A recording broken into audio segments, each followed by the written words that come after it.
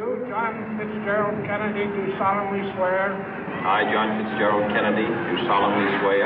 That you will faithfully execute the office of President of the United States. That I will faithfully execute the office of President of the United States. And will, to the best of your ability. And will, to the best of my ability. Preserve, protect, and defend the Constitution of the United States. Preserve, protect, and defend the Constitution of the United States. So help you God. So help me God.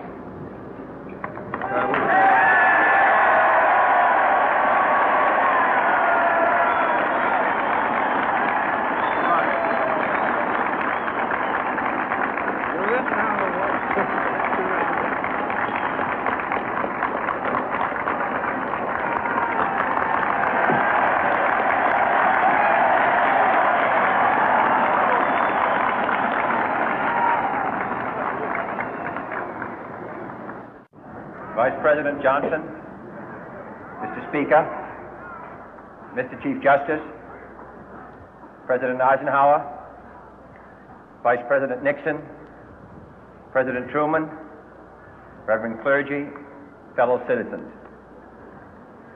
We observe today not a victory of party, but a celebration of freedom, symbolizing an end as well as a beginning, signifying renewal as well as change.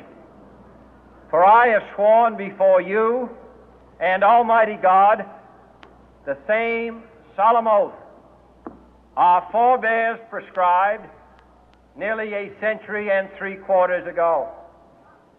The world is very different now, for man holds in his mortal hands the power to abolish all forms of human poverty and all forms of human life.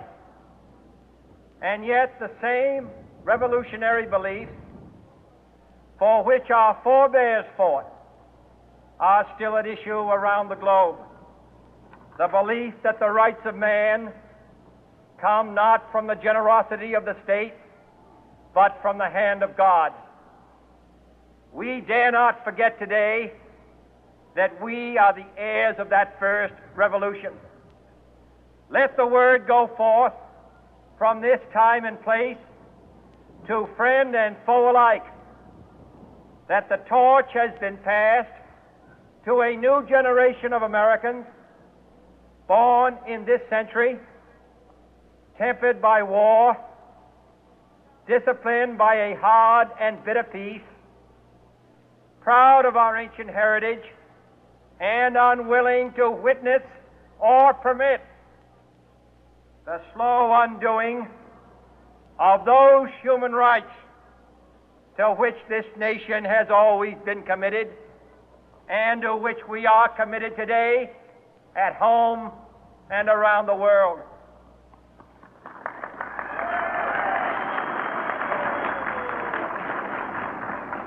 Let every nation know, whether it wishes us well or ill, that we shall pay any price, bear any burden, meet any hardship, support any friend, oppose any foe to assure the survival and the success of liberty.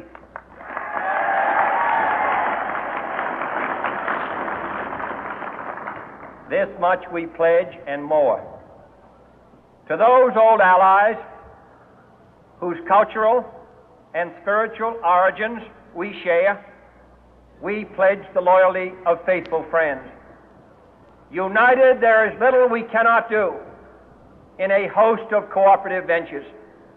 Divided, there is little we can do, for we dare not meet a powerful challenge at odds and split asunder.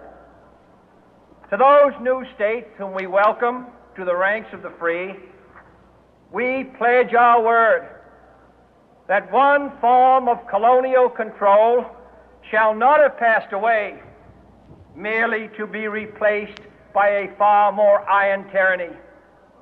We shall not always expect to find them supporting our view, but we shall always hope to find them strongly supporting their own freedom, and to remember that in the past, those who foolishly sought power by riding the back of the tiger ended up inside.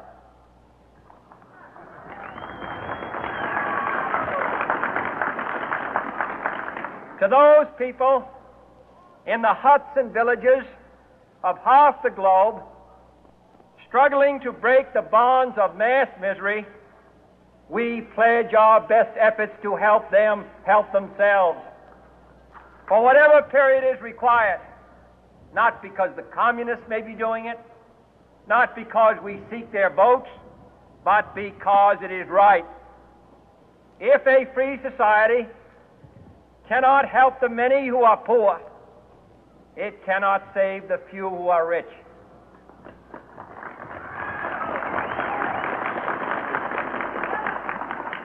To our sister republics south of our border, we offer a special pledge to convert our good words into good deeds, in a new alliance for progress, to assist free men and free governments in casting off the chains of poverty.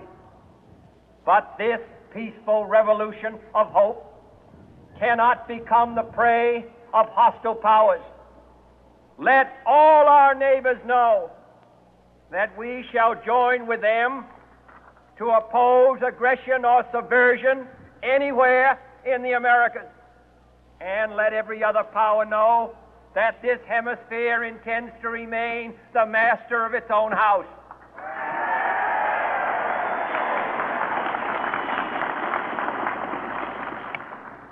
To that World Assembly of Sovereign States, the United Nations, our last best hope, in an age where the instruments of war have far outpaced the instruments of peace, we renew our pledge of support to prevent it from becoming merely a forum for invective, to strengthen its shield of the new and the weak, and to enlarge the area in which its writ may run. Finally, to those nations who would make themselves our adversary, we offer not a pledge, but a request that both sides begin anew the quest for peace. Before the dark powers of destruction, unleashed by science, engulf all humanity in planned or accidental self-destruction, we dare not tempt them with weakness, for only when our arms are sufficient beyond doubt can we be certain beyond doubt that they will never be employed. But neither can two great and powerful groups of nations take comfort from our present course, both sides overburdened by the cost of modern weapons, both rightly alarmed by the steady spread of the deadly atom, yet both racing to alter that uncertain balance of terror that stays the hand of mankind's final war. So let us begin anew, remembering on both sides that civility is not a sign of weakness, and sincerity is always subject to proof. Let us never negotiate out of fear, but let us never fear to negotiate.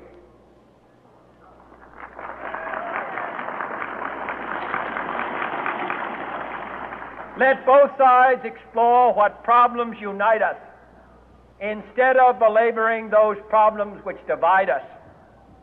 Let both sides, for the first time, formulate serious and precise proposals for the inspection and control of arms, and bring the absolute power